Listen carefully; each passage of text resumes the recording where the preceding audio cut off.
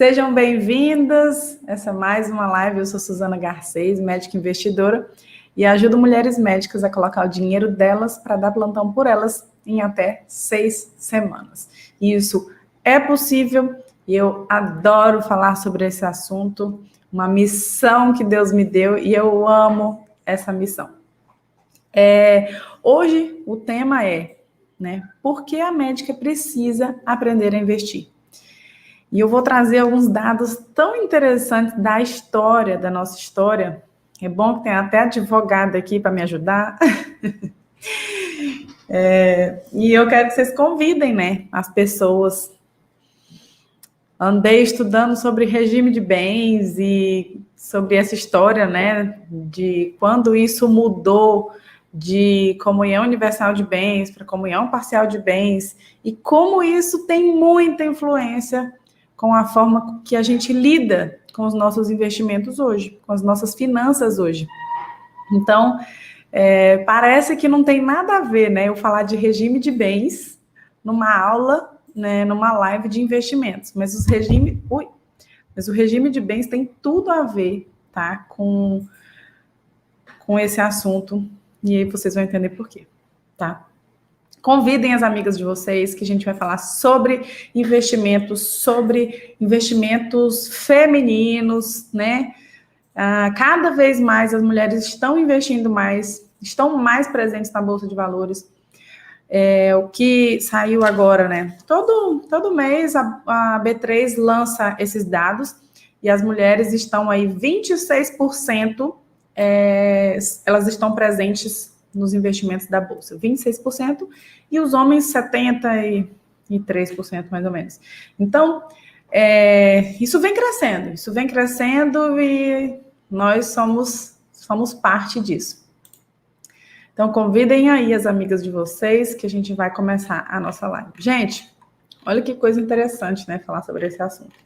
Mas o que eu queria começar a falar é assim, que nós como profissionais, médica, a nutricionista, o educador físico, o professor de educação física, todos nós, a gente quer educar o nosso paciente, A gente quer educar as pessoas para que elas consigam ter mais saúde, para que elas consigam fazer uma boa dieta.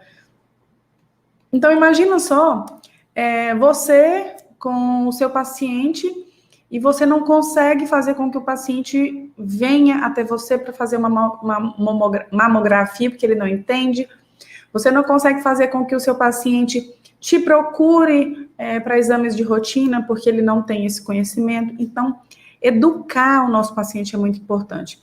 Imagina uma nutricionista fazendo uma dieta para um paciente e ela não consegue fazer com que o paciente dela entenda sobre os macronutrientes, não consegue fazer com que o paciente dela entenda a lógica de uma boa alimentação. Esse paciente não vai ter um bom sucesso nas suas dietas, A mesma coisa educador físico. Quando um personal, você está sendo acompanhada por um personal, ele te ensina o movimento correto, Ele faz com que você se exercite da forma correta, fazendo esse movimento correto. E da mesma forma os investimentos. Mesmo que você queira ter alguém para te ajudar, você precisa ter conhecimento, você precisa ter essa educação. Muitas pessoas, eu posso ter um assessor de investimentos, então para que eu vou aprender a investir?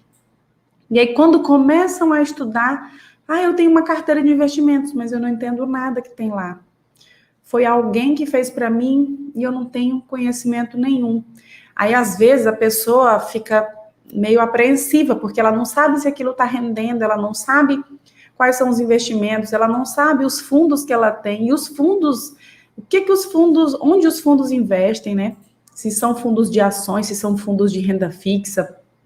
Já tive várias experiências desse tipo, A pessoa tem previdências, ela não sabe para que serve. A pessoa tem seguro, ela não sabe o que cobre, quanto cobre.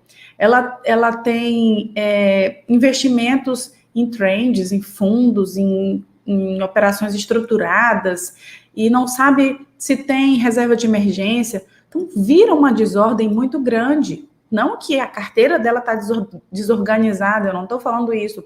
Eu estou falando que ela não entende o que ela tem, ela não entende onde quer chegar, ela não entende sobre os investimentos dela.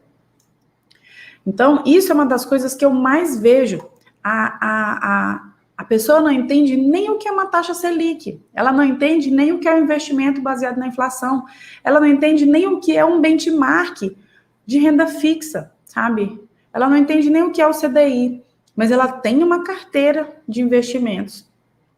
E eu fiquei super satisfeita. Uma das minhas alunas falou assim: Suzana, eu quero um assessor de investimentos. Eu falei, tudo bem, não tem problema. E aí a assessora entrou em contato com ela, e aí a assessora conversando e falou assim, eu tô falando muito difícil? Ela falou assim, não, eu tô entendendo tudo que você tá conversando comigo. Diferente de algumas pessoas que não querem aprender, às vezes quer ter um assessor, e eu não condeno quem tem assessor. O problema é que quando você entrega tudo na mão da outra pessoa, de olhos fechados, sem nem ter o poder de discutir. E hoje, gente, percebam vocês, né, o quanto, né, os nossos pacientes já chegam entendendo sobre a patologia. O paciente, ele sente qualquer coisa, ele já começa a pesquisar. Ele recebe um exame, ele faz uma primeira pesquisa. Pode ser que ele não consiga o resultado que ele busca, mas ele toma um remédio, ele vai ler a bula. O paciente... Já recebi pacientes dentro do meu consultório que eles falaram assim, doutora, a senhora leu o artigo que saiu ontem sobre doença de Alzheimer? E eu falei, não, eu não li o artigo que saiu ontem, porque quando o paciente, ele tem alguém com aquela patologia na família, ou ele, ou alguma coisa assim, ele pesquisa, ele estuda, ele vai a fundo, né? Então, de certa forma, você está lidando com alguém que tem conhecimento, e que você pode educar mais ainda, que você pode, a pessoa, ela tem aquele empoderamento de, o médico, ele tem esse incômodo, né? Se alguém quiser discutir um tratamento com ele, às vezes ele fica incomodado. Mas a gente tem que entender que o futuro é assim. A gente tem que aprender a lidar, né, com essas situações de pessoas que já sabem, né, já tem essa educação para lidar com a sua saúde. E olha só, gente, pensem só comigo, né?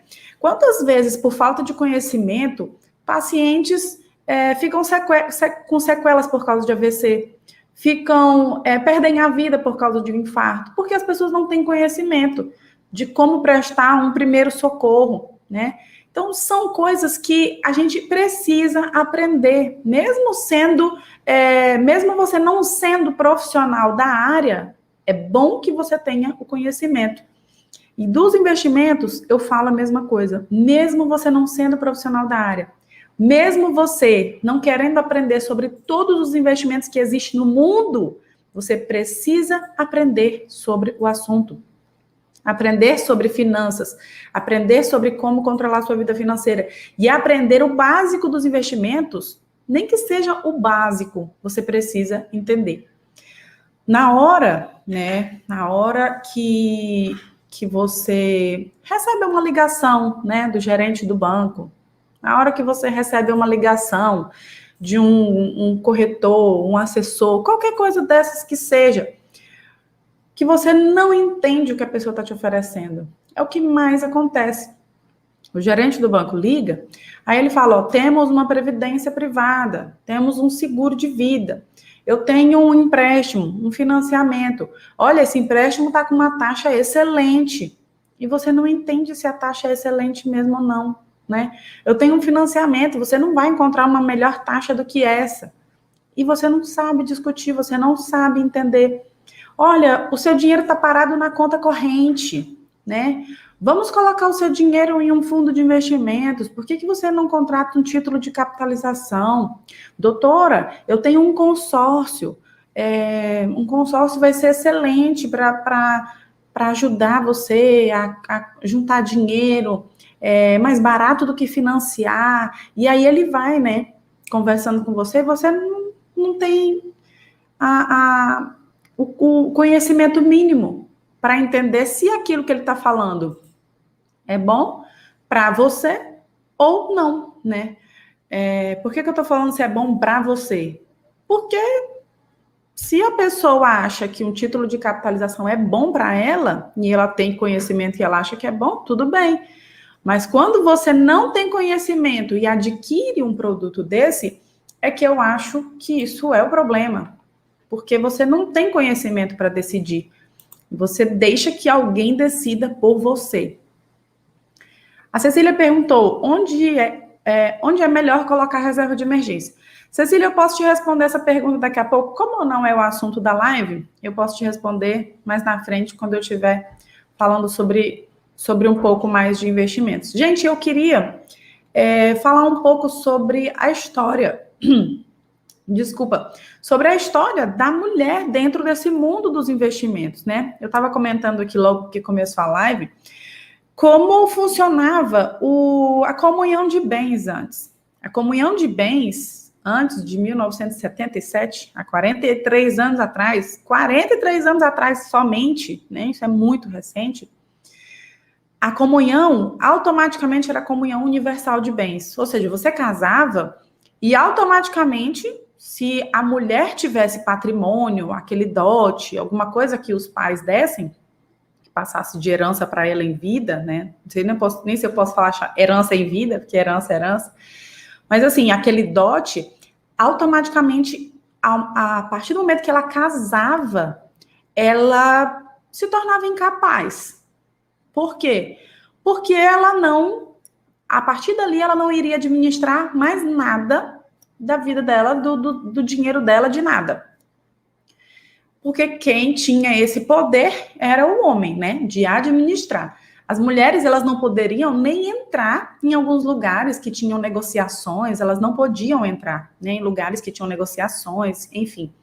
Mas só para correlacionar essa história do regime de bens, antigamente era uma comunhão universal. Então, automaticamente, o seu dinheiro era do seu marido também, e a partir dali, quem cuidava do seu dinheiro era o seu marido. Depois de 1977, foi instituída a comunhão, surgiu a lei do divórcio, né? E antes de 1977, se você não podia se divorciar, você casava e ficava casado o resto da vida. E aí, depois surgiu a lei do divórcio. Quando surgiu a lei do divórcio, surgiu a comunhão parcial de bens. E aí, com a comunhão parcial de bens, tudo que a mulher tinha antes era dela mesma, não era mais do marido. Então, tudo que ela tinha antes de casar era dela, né? E aí que a mulher começou a ter mais liberdade para cuidar do seu dinheiro. Mas, gente, essa raiz de deixar as coisas financeiras para o homem cuidar, de deixar a nossa vida financeira toda para o marido, ela se perpetuou durante muitos anos. E olha que eu estou falando de 43 anos atrás. Então, nós ficamos à mercê disso, de alguém cuidar do nosso dinheiro, de não se interessar por esse assunto. Tem um artigo do André Bona, lá no site dele, que é um grande investidor também, que ele fala assim, que por que há tão poucas mulheres investindo no mercado financeiro, né? E eu comentei isso, que 26% apenas de todos os investidores são mulheres. Então, por quê? Primeiro, uma herança cultural, igual eu estou falando, né? As mulheres entraram no mercado de trabalho tem pouco tempo. Então, a gente começa a fazer esse gerenciamento de dinheiro há pouco tempo, né? Antes era uma mulher muito destinada ao lar, cuidado com os homens, os filhos, e o sustento era do homem. Então, isso foi nos deixando a par desse lado financeiro, né?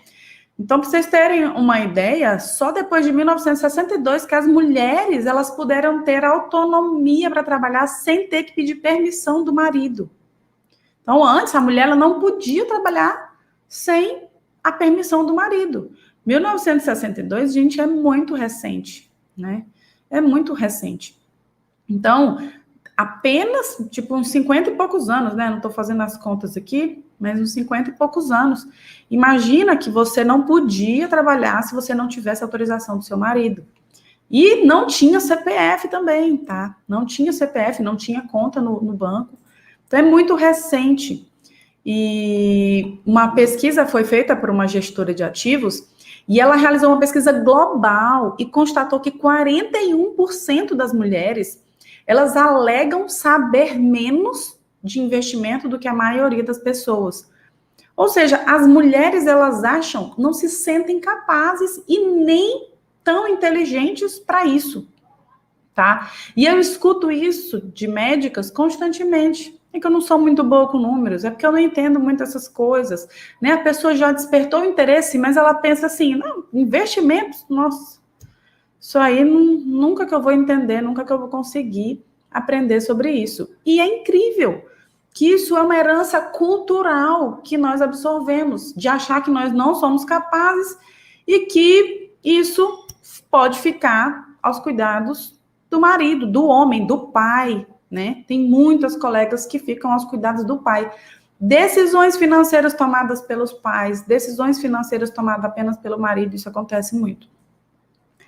Outra coisa, desigualdade salarial, que infelizmente nós mulheres ainda passamos, né? Que em média recebe 22% ao menos para exercer a mesma função.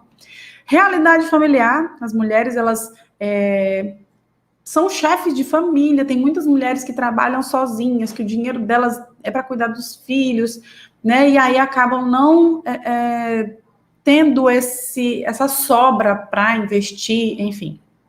Mas assim, isso são alguns dados, né, para a gente perceber, poxa, por que eu nunca me interessei por esse assunto? Por que eu nunca despertei o meu olhar para isso? E quando eu pergunto, fiz essa pesquisa no meu story, eu botei assim, vocês acham que a médica precisa aprender a investir? Todo mundo botou claro, claro, claro, claro. Mas uma coisa incrível que tem no subconsciente é achar que não é capaz. Né? Você começa a estudar, aí você já pensa assim, não, eu tenho dinheiro, eu já estou entendendo mais ou menos, mas eu quero que alguém cuide disso para mim. Porque eu acho que eu não consigo fazer sozinha. Né? E o tempo, você começa a estudar, tem 1 mês, 2 meses que você despertou para esse mundo, aí você já julga que você não é capaz de fazer sozinho. Né? Isso acontece muito. E eu queria apresentar para vocês uma mulher, né?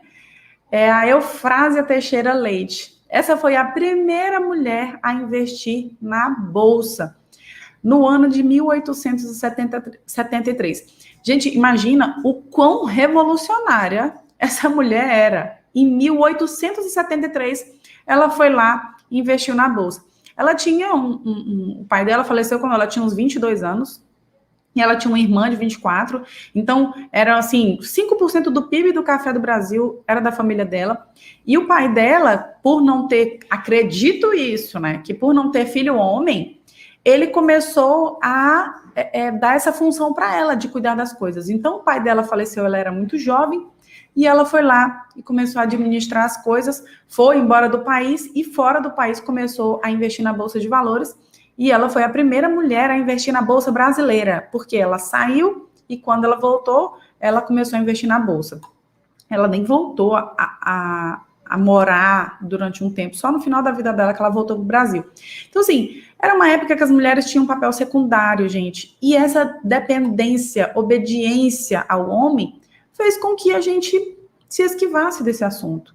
E eu não sei como que é a sua relação, né, com o seu dinheiro, mas eu acredito muito que não precisa você, não, meu dinheiro agora é meu, né, não quero mais que meu marido cuide, não é nada disso que eu estou falando, mas é você se interessar. Eu estava comentando com o Sidney, eu falei assim, gente, o marido que tivesse uma mulher que se interessasse por finanças, né, que se interessa por finanças, que é uma mulher que quer cuidar do dinheiro junto com ele, que quer aprender a investir, é um marido que tinha que dar glória a Deus, sabe? Porque quantos homens eu vejo com problemas no relacionamento porque as mulheres só querem gastar, as mulheres não contribuem, né? O homem trabalha para pagar as contas e a mulher, o dinheiro é só dela. E isso gera um desgaste no relacionamento muito grande. Então, eu acho que o homem que tem uma mulher interessada nisso, viu? Que tem esse empoderamento, isso é muito forte. Só que aí é o lado masculino da mulher que o homem vai começar a confrontar. E isso pode acontecer. Por quê? O instinto do homem, ele vê a mulher como frágil, né? Com esse lado feminino frágil. E naturalmente ele quer cuidar desse lado feminino frágil. Quando a mulher começa a se interessar pelo lado financeiro, a nossa sociedade, isso é uma herança cultural, enxerga isso como um lado masculino, né? Então, a mulher empreendedora é um lado masculino. A mulher que investe, a mulher que se interessa pelas finanças, que quer cuidar das finanças. Então, ela é como se estivesse surgindo, né, esse lado masculino da mulher.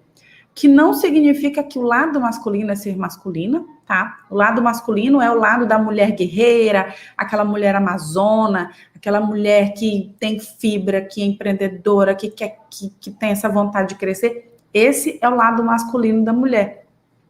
E o lado feminino é aquele nosso lado mais delicado, mais frágil, mais romântico. E não estou falando que mulher é frágil, estou falando de arquétipos masculino e feminino. Isso é da psicologia, tá, gente? Então, a nossa herança cultural fez com que as pessoas enxerguem o dinheiro, o mercado financeiro, tudo isso como um lado masculino. E aí, quando a gente pensa em colocar as mulheres nesse meio, parece que você está querendo levantar um lado masculino que pode gerar conflito com o seu parceiro. Mas eu acho que isso é um conjunto muito bonito de se fazer junto com o seu parceiro. E assim, voltando para a história da Eufrásia, né, que eu estou contando, ela foi uma mulher, assim, que a história dela é muito, muito legal. Ela investiu, para vocês terem ideia, ela operou durante 55 anos da vida dela. Ela operou dentro da bolsa, 55 anos. E quando eu falo para as mulheres, gente, vocês precisam investir para o longo prazo, né? O que é o longo prazo? Acima de 7 anos. Ai, meu Deus, vai demorar muito. 10 anos, nossa, vai demorar muito para eu conseguir acumular patrimônio. E quando a gente está falando de investimentos, a gente está falando de investimentos para o resto da vida. Então, pensa aí, o tempo que você vai operar na bolsa é o tempo que você tem de vida. Você pode ter certeza que a partir do momento que você tiver um empoderamento disso, você nunca mais vai querer sair disso. Então, ela operou durante 55 anos. E olha que naquela época a expectativa de vida era menor.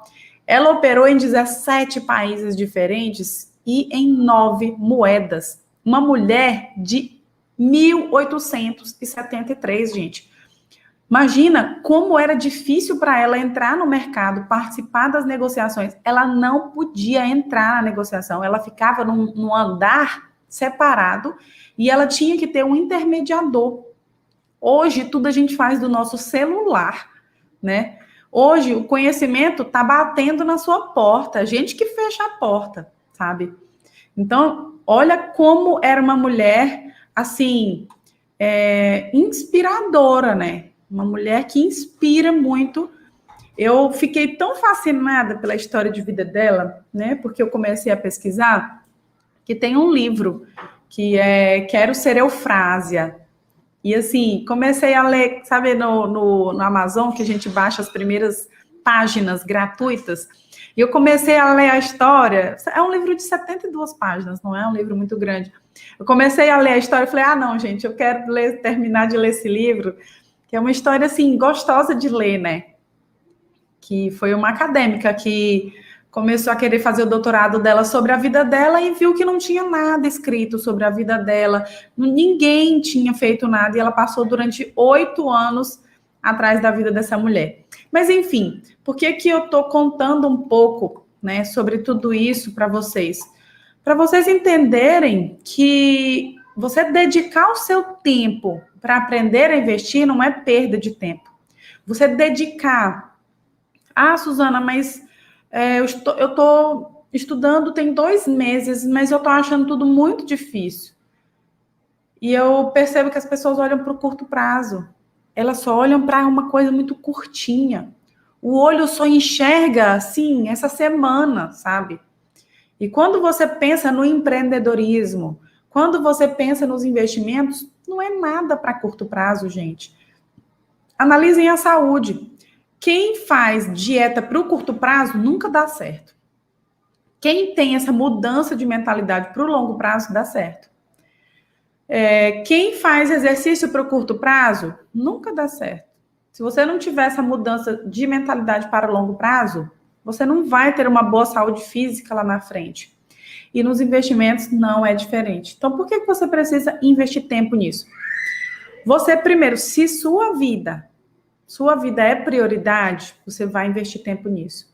Quando você deixa que outras pessoas tomem decisões por você, porque você não sabe tomar a decisão, você precisa arcar com as consequências disso. Ah, Suzana, eu não entendo nada e meu pai me orientou a comprar um imóvel. Poxa vida, me arrependi, entrei num financiamento e... Ah, que chato, né? Meu pai me empurrou para isso. Arque com as consequências da sua falta de conhecimento, porque você poderia ter estudado antes, você poderia ter buscado isso antes. O que a gente faz é colocar a culpa em outras pessoas. Aí, não estou falando nada de assessor de investimentos, mas, por exemplo, vem um assessor de investimentos, aí montou uma carteira que não condizia com, não sei nem se existe, não dava certo com o seu perfil, e foi lá e era muito arrojada, aí você quer botar a culpa no assessor, sabe? Mas foi você que não buscou conhecimento para cuidar do que importa, que é a sua vida. E você dá prioridade para quê hoje? Dá prioridade para o trabalho, dá prioridade para outras pessoas que estão ganhando dinheiro às suas custas, sabe?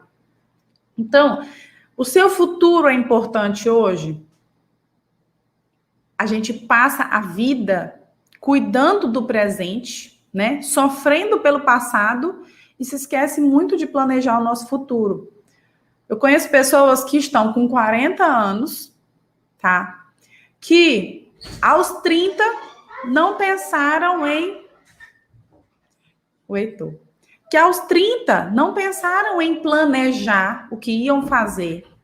E aí, aos 40, olham para trás e falam assim, muitos sonhos não realizados e eu não fiz nada. E aí, você enxerga 10 anos, nossa, tá muito longe, tudo tá muito longe, tudo tá muito longe, sabe? Então, se você quer ter um futuro independente da medicina, mais independente, né? Você precisa desse conhecimento, você precisa aprender, você precisa dedicar tempo para os seus investimentos. Na hora de você escolher uma previdência privada, cadê o conhecimento para saber se a previdência é boa, qual o objetivo, se você quer ter uma previdência ou não, se essa previdência condiz... Uma das colegas colocou o dinheiro lá numa previdência e o gerente do banco falou assim, olha, a previdência é boa, porque quando você tiver uma certa idade, você vai poder ter um salário. Agora chega aí para a maioria das pessoas e pergunta, sabe? Você tem previdência privada? Muita gente tem previdência privada. Muitos médicos têm previdência privada. E aí pergunta, qual a rentabilidade da previdência? Quanto que você vai ter de salário lá nessa certa idade? Poucos sabem dizer. Qual a taxa de administração da sua previdência? Tem taxa de carregamento? O que a sua previdência é? PGBL, um VGBL? Você usa os benefícios da sua previdência como para dedução de imposto de renda? Você sabe se a sua previdência tem benefícios no seu planejamento sucessório? Se ela entra em inventário ou não? Então, são coisas que é o seu dinheiro que você está colocando em um lugar que você não entende nada. E eu não vejo sentido nisso. Ou então, você, na hora de usar o seu dinheiro, você só compra passivos, né? Você só se endivida. Você não tem nada. Eu sempre recomendo isso. Faça uma lista das coisas que você tem ativos, né? Que são ativos. Por exemplo, o que são ativos na sua vida? É o que te retorna dinheiro, o que faz aumentar a sua renda. O que hoje faz aumentar a sua renda? Tá? Você tem algo que te retorna aluguel? Você tem algum investimento que te retorna renda? Você tem alguma franquia? Você está em alguma sociedade que te retorna renda? O que você tem de ativo? Então, você precisa investir tempo nisso porque você precisa ter ativos. Os ativos são justamente os bens que vão te dar renda passiva, ou seja, aquela renda sem você trabalhar. Então, se você não tem ativos, você não está construindo um futuro para ser independente, para ter liberdade financeira. Eu vejo muitos colegas, muitas colegas trabalhando com uma idade que não gostariam de estar trabalhando, né? Por não ter planejado, por não ter feito um planejamento financeiro. Então, por que eu acho que você também precisa investir tempo nisso? Para delegar.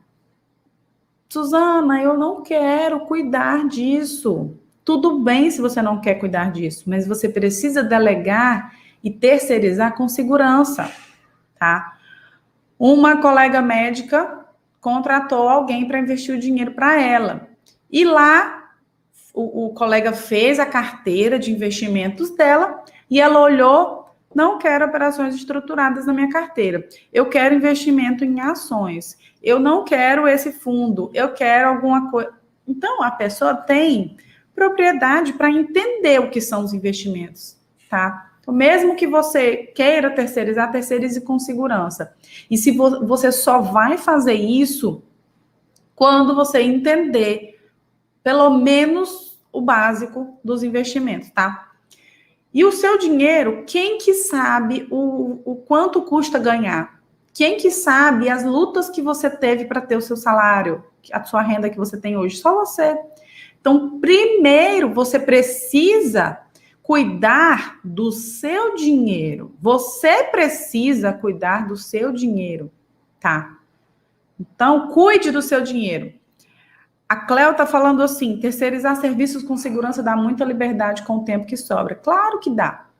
O problema é que muitas pessoas terceirizam sem entender, e aí ficam naquela insegurança, ficam desconfiando, sabe, do serviço que contrataram. A pessoa fica, será que essa pessoa está investindo bem? E fica pedindo opinião de terceiros, fica pedindo opinião de outros. Olha aqui essa carteira de investimento, vê para mim se está certa. Você não sabe nem o que a pessoa está fazendo. E é incrível, você tem uma carteira de investimentos que, na teoria, vai ser para o resto da sua vida. Se você quer realmente construir um patrimônio e ter renda passiva, aquela carteira de investimentos, ela vai ser para o resto da sua vida. E você não se interessa para estudar nem o que tem na sua carteira, né? Eu não estou falando que você precisa saber sobre todos os investimentos que há no mercado financeiro. Não. Mas se você quer construir uma carteira, você quer ter uma estratégia de investimentos, estude pelo menos o que tem na sua carteira, tá?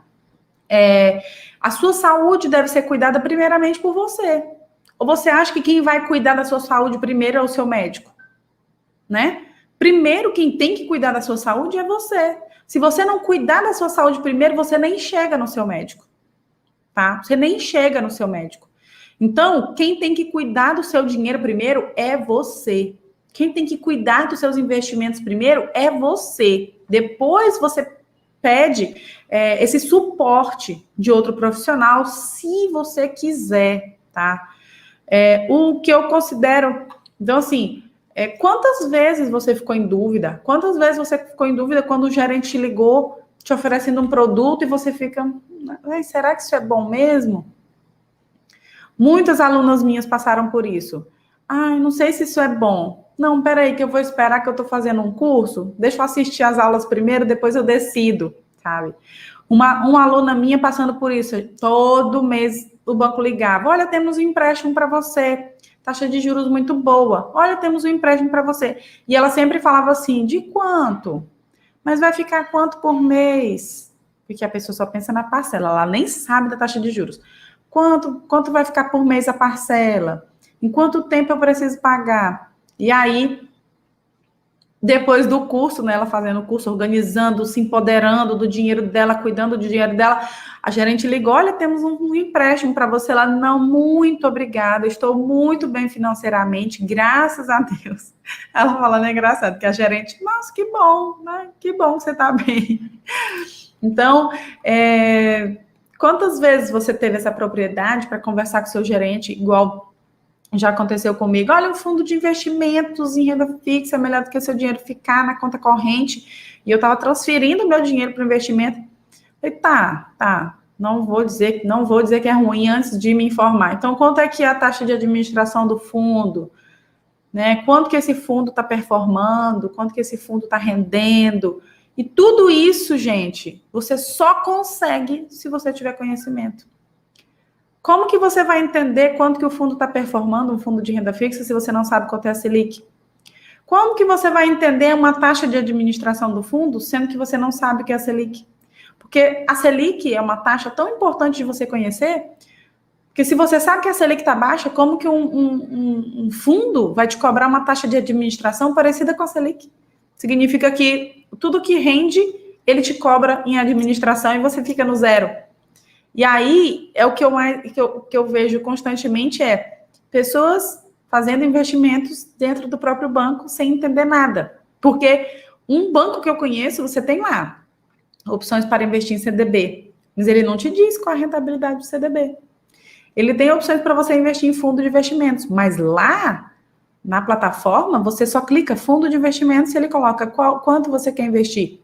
Ele não te diz informações nenhuma do fundo. Se você quiser saber, você tem que entrar em contato com a gerente. A gerente nem sabe te responder no momento. Ela entra, aí ela fala, olha, vou te responder daqui a pouco. Desliga, ela vai atrás da informação, sabe? Então, se você souber discutir isso, se você começar a entender, é para a vida, gente. É para a vida.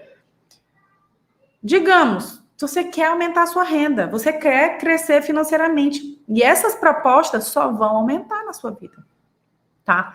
Essas propostas financeiras só vão aumentar. Tá, Suzana, mas o que tem a ver eu aprender a investir com uma previdência privada? O que tem a ver eu aprender a investir com um empréstimo? O que tem a ver eu aprender a investir com financiamento?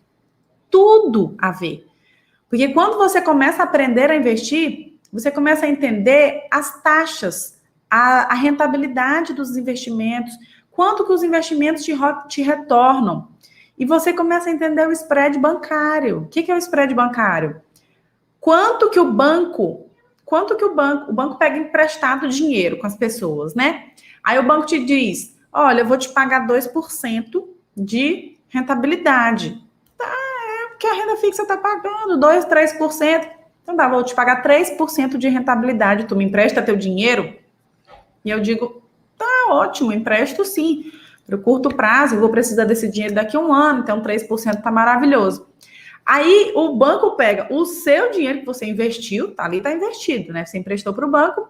Aí vem a outra colega e diz assim, banco, por favor, tô precisando de dinheiro emprestado. Aí o banco tá com o seu dinheiro e diz assim, eu tenho dinheiro para te emprestar, quanto que... Olha, eu tenho dinheiro para te emprestar, mas eu só te empresto se for a 8% ao ano. Então, ele pega a 3 e empresta a 8%. Esses 5% de diferença é o spread bancário, é o que o banco lucra, sabe?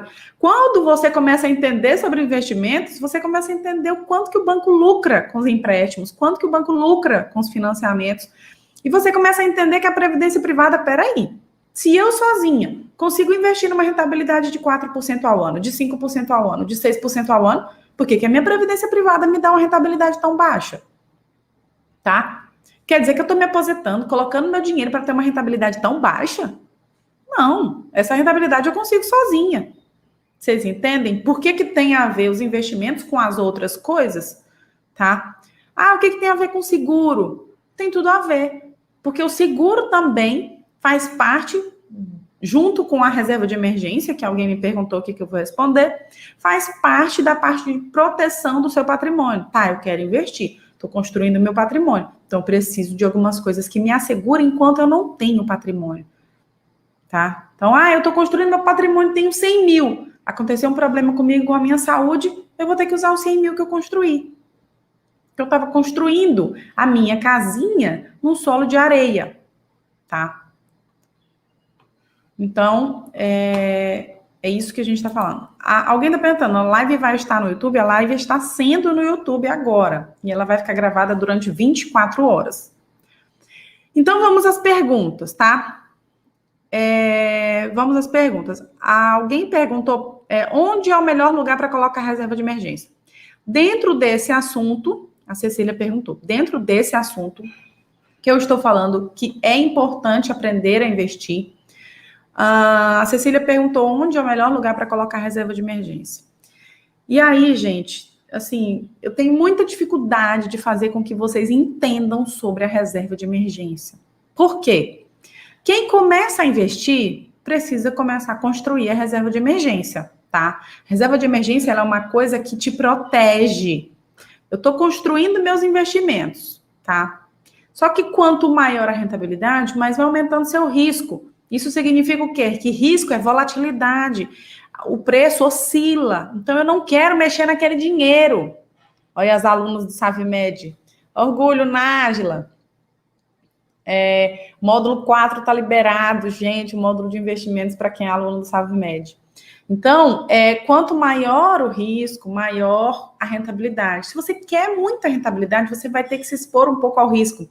E a reserva de emergência, você não pode se expor ao risco. Por quê? Porque aquele dinheiro é para emergência. Eu quero ter segurança, sabe? Imagina só você precisar com urgência de uma ambulância, porque você está passando por uma emergência, que você precisa de uma ambulância. Ah, não, mas a ambulância não pode ser usada agora, tá? Eu quero que essa ambulância esteja à minha disposição quando eu precisar. É a mesma coisa do seu dinheiro na reserva de emergência. Eu quero esse dinheiro à minha disposição quando eu preciso usar. E olha como é importante esse conceito para você investir. Isso é super importante. A Amanda também, aluna do Savimed. E olha, gente, a Amanda é advogada, marido médico. E ela está fazendo o curso de finanças paramédicas, mulher com marido médico. E é isso aí, né? Tem muita gente que, não, é só para médica, eu não vou entrar. Gente, conhecimento é para todo mundo, tá? Conhecimento é para todo mundo. Adquirir conhecimento, você não precisa ser médica para estar aqui adquirindo conhecimento. Vamos lá, voltar para o conceito. Então, eu sei que a reserva de emergência eu preciso ter. E se eu entender alguns conceitos, eu sei que ela vai me trazer baixa rentabilidade. Eu sei que a reserva vai me trazer baixa rentabilidade. Eu preciso aprender esse conceito antes, tá? Mas a reserva está rendendo tão pouco. Você sabe que a reserva vai te trazer baixa rentabilidade. Por quê? Porque ela precisa de muita segurança, porque eu preciso do meu dinheiro investido em um lugar que me dê muita segurança. Então tá, eu entendi, baixa rentabilidade, baixa rentabilidade, baixa rentabilidade. Mas a baixa rentabilidade é da Selic para cima, é 100% do CDI para cima. Se tem algum lugar que te dá 101, 102% do CDI, tudo bem. Mas geralmente vai ser 100% do CDI, tá? Porque a rentabilidade é mínima. 100% do CDI não é muito, 100% do CDI é o mínimo. Por quê? 100% é, tipo assim, eu tô falando assim, olha, eu vou entregar 100% da Suzana para vocês. Eu tô falando o quê? Que sou eu toda, né? Então, se eu falar assim, 100% do CDI, significa que é o CDI todo. Mas, se você quer receber a mais do CDI, você tem que dizer assim, eu quero receber 150% do CDI, que aí você está recebendo a mais que o CDI. Se for 100%, é só o CDI, tá? E aí, reserva de emergência é isso, gente. Não tem mistério, é Selic e CDI. Aí começa. O Tesouro Selic está rendendo negativo. Meu Deus, e eu coloco aonde? No Nubank, no CDB, ou no Tesouro, ou num fundo. Você pode escolher qualquer um. Você pode escolher qualquer um. Por que o Tesouro está rendendo negativo atualmente? Porque para quem está comprando, ele está mais barato. Então, gente, tem um sapato sendo vendido que você gosta muito, que você quer ter ele, porque ele é confortável, ele é seguro de você andar, e ele está mais barato. Não, então não vou comprar não, porque está mais barato, né? Então, tudo bem, o Tesouro Selic está mais barato, está rendendo negativo, porque está mais barato. Está rendendo negativo, gente, é renda fixa. Você só vai perder dinheiro lá, e perder dinheiro pouco, tá? Pouco. Tipo assim, se você tem 45 mil, você vai perder em média R$400 se você retirar todos os 45 mil de lá. Aí você perde uns R$400. Se você deixar o dinheiro lá, você não vai ter perda. Você não tem perda, porque renda fixa é assim. A Selic, O Tesouro Selic vai te render a Selic. E ele vai te render a Selic. É como se eu estivesse num ponto abaixo, num ponto acima. E para chegar no ponto acima, eu ando de escada, sabe? E ele rende, tá no preço maior, depois tá no preço igual, tá no preço maior. E ele faz isso, sabe? Essa oscilação até chegar no final da rentabilidade. Renda fixa é isso. Você contrata aqui, você vai receber a renda que foi contratada. Agora, se no meio desse caminho você precisar retirar, atualmente você pode perder só o valor que você retirar, tá? Sobre o que rendeu. Por exemplo, atualmente, se você tirar uns 10 mil reais, pode ser que você perca 100 reais. Atualmente. No CDB isso está acontecendo? Não, isso não está acontecendo. No Nubank isso não está acontecendo, tá? Então, Suzano, o que eu faço? Divido o Tesouro Selic, porque é o mais seguro. Pensem só comigo, se o governo quebrar, já quebrou banco, já quebrou tudo, tá? Se o governo quebrar, já quebrou banco, quebra empresa, quebra tudo. Então, o que vocês acham que dentro da segurança vai quebrar primeiro? O banco ou o governo? O que quebra primeiro é o banco, tá? O que quebra primeiro é o banco. Então, quem está mais seguro? O governo. Mas quem está trazendo melhor rentabilidade hoje é o CDB. E o que eu falei para vocês? Reserva de emergência é isso. É segurança com baixa rentabilidade. Ah, Suzana, fiquei confusa. É Tesouro Selic ou é CDB? Me diz alguma coisa. Eu, Suzana, coloco um pouco no Tesouro Selic e um pouco no CDB. Tá? E isso é de opinião para opinião. Eu já vi especialistas falando: quem compara CDB com Banco Selic não tem nem que estar falando, com Tesouro Selic não tem nem que estar falando de investimentos. É de opinião para opinião. Nubank versus Tesouro Selic, essa comparação nem existe. Mas eu não vejo problema colocar um pouco no Nubank e um pouco no Tesouro Selic. A Bianca perguntou, tá? Suzana, investimentos para aposentadoria, qual tipo de investimentos? Penso que deveria ser algo mais seguro, mas esses quase não têm rentabilidade. Qual seria a opção? Excelente pergunta, tá, Bianca? Lá no YouTube ela tá. Excelente pergunta. Por quê? Bianca, quanto mais tempo você tem, então imagina aí que a aposentadoria, eu não sei qual a sua idade, então digamos que a sua aposentadoria vai ser daqui 20 anos, que você quer ter ela daqui 20 anos. E quando eu falo de aposentadoria, gente, não é assim, aposentar, sentar, não é isso. É você ter liberdade financeira, tá? É você trabalhar se quiser, porque sua renda hoje, seus próprios investimentos se pagam, né? Paga todos os seus custos. Então, digamos que você tem uns 20 anos, tá? Quando você tem um ativo chamado tempo, tá? Tempo, você pode correr mais risco, porque você tem mais tempo para recuperar a volatilidade. Quando eu falo de risco, eu falo de volatilidade, de oscilação. Então, quando você faz uma carteira de investimento que tem boa administração de risco, é assim, eu diversifico, tá? Eu diversifico. Então, você usar apenas a renda fixa para o longo prazo é perder dinheiro, né? Porque a rentabilidade, você não vai ter uma rentabilidade muito boa. Agora, quando você aproveita o longo prazo e começa a aproveitar o longo prazo para ter rentabilidade, isso é o mais inteligente dentro de um investimento para aposentadoria. Então, é misturar renda fixa com renda variável, porém, quanto mais tempo você tem, mais renda variável você pode investir. Então, eu quero guardar dinheiro para o meu filho. Tem muita essa situação. Eu quero guardar dinheiro para o meu filho.